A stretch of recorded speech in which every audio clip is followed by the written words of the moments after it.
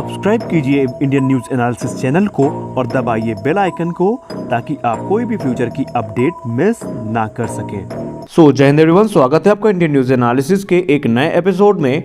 आज के अपने इस एपिसोड में हम बात करने वाले हैं कि कैसे चाइना के फॉल्टी एमुनिशंस ने भारत के लिए एक अच्छा खासा मार्ग प्रशस्त कर दिया है, जिसका उपयोग करके भारत चाइनीज़ मार्केट को कैप्चर कर सकता है। और वो सारे देश जिन्होंने अब तक चाइना से डिफेंस इक्विपमेंट्स खरीदे हैं, वो किस कदर चाइना से नाखुश हैं और किस कदर नाराज़ हैं, उसका आप इसी तरह महत्व समझ सकते हैं कि अब भारत का जो प्रभुत्व है उन देशों पर धीरे धीरे बढ़ता जा रहा है।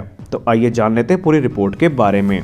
दरअसल पिछले कुछ समय से दुनिया के वो सारे देश जो चाइना के डिफेंस इक्विपमेंट्स को यूज़ करते हैं, वो अब इससे लेकर के नाखुश हैं। और वो इस कदर नाखुश हैं कि अब वो अपनी सेना में चाइनीज़ इक्विपमेंट्स की जो मात्रा है उसको कम करने में या उस पर प्रतिबंध लगाने पर लग चुके हैं, क्योंकि चाइना के जो सामान होते हैं उनकी क्वालिटी, ड्यूरेबिलिटी और ओवरऑल परफॉर्मेंस जो है वो उस कदर टॉप नॉच नहीं होती जो वेस्टर्न इक्विपमेंट्स की होती है।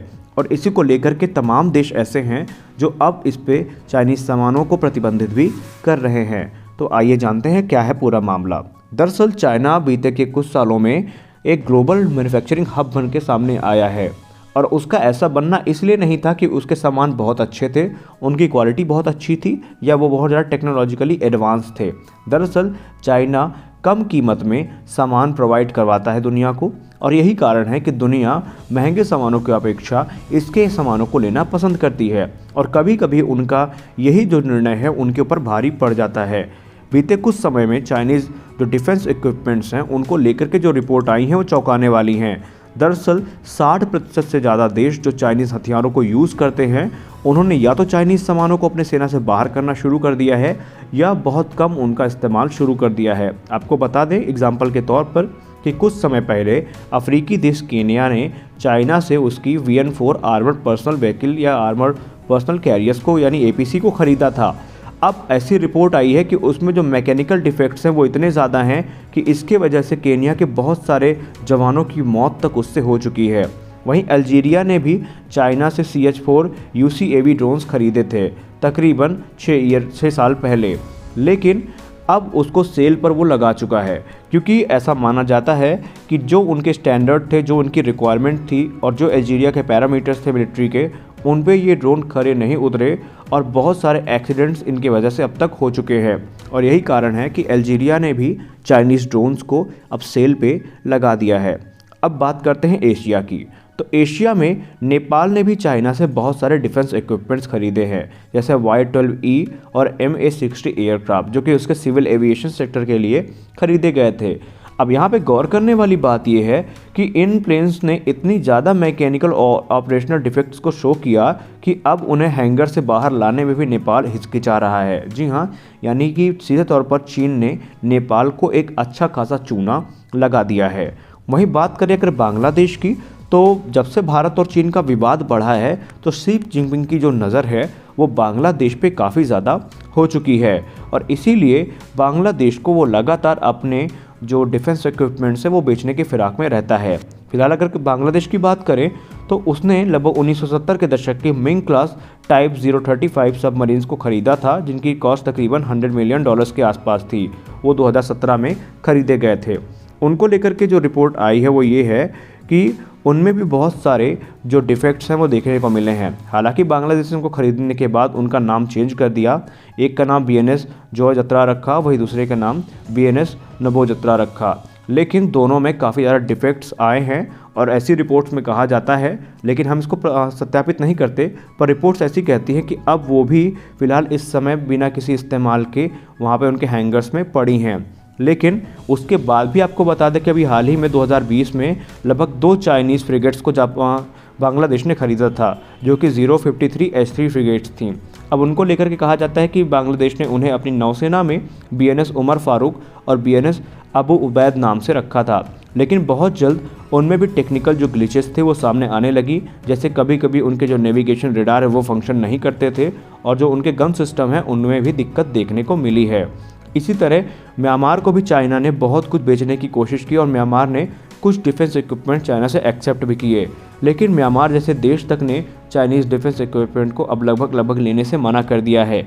और यही कारण है कि म्यांमार ने भारत की जो नेवल सबमरीन INS सिंधुवीर थी उसको एक्सेप्ट कर लिया है और चाइना की सबमरीन को ना कह दिया है। और इसी तरह अब यहाँ से आप अंदाज़ा लगा सकते हैं कि किस प्रकार चाइना अपने जो देश हैं जो उससे व्यापार करते हैं उनको चूना लगा रहा है। अब बात कर लेते हैं चाइना के इस समय परम मित्र की, पाकिस्तान की।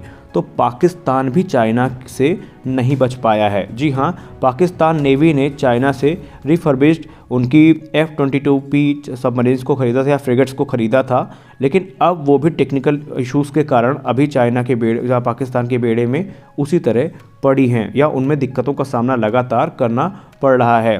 वैसे चाइना से पाकिस्तान ने बहुत कुछ ख़रीदा है और टेक्निकल ग्लिचेस इतनी ज़्यादा है कि आप JF-17 का एग्जाम्पल देख सकते हैं कि किस प्रकार पाकिस्तान की 60% जो फ्लीट है वो ग्राउंडेड हो चुकी है JF-17 की, जिसमें क्रैक्स देखे गए हैं। अब पाकिस्तान वैसे कुछ माने ना माने, लेकिन उसकी जो अंदर की खबरें हैं ट्विटर पे वो दिन पर दिन राज खोल देती हैं। फिलहाल अब बात करते हैं कि भारत को इससे क्या फ़ायदा होगा। अब जितने भी पड़ोसी देश हैं जो चाइना का सामान यूज़ करते हैं और उससे ऊब चुके हैं, उनके लिए भारत एक अच्छा ऑप्शन बन के आया है। और जब से भारत में आत्मनिर्भर योजना की शुरुआत हुई है तो इसके तहत भारत सरकार, चाहे वो प्राइवेट सेक्टर हो या पब्लिक सेक्टर हो, सबको प्रोत्साहन देने में लगी हैं।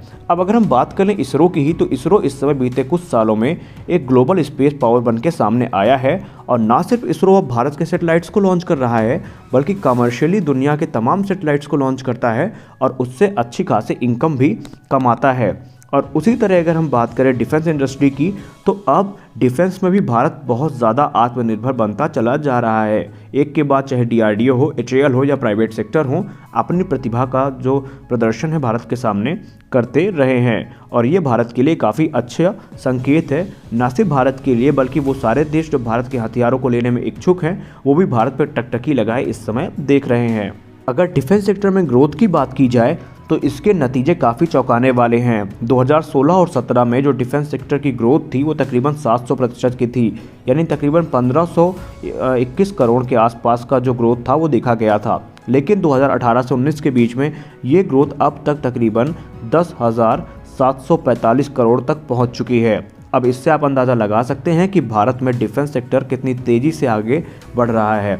और वहीं अगर बात करें डिफेंस सेक्टर की, तो जो मैन्युफैक्चरिंग है भारत में डिफेंस की वो भी लगातार बढ़ रही है। और इसके लिए जो हमारे सबसे अच्छे हम कह सकते हैं फर्म्स या कंपनीज़ हैं, उनमें Tata, Mahindra and Mahindra, Larsen and Toubro, Hero group, Bharat forge और इसके अलावा HAL, DRDO के अतिरिक्त बहुत सी ऐसी कंपनीज़ हैं, बहुत से ऐसे सरकारी संस्थान हैं जो लगातार इस क्षेत्र में अपना योगदान दे रहे हैं।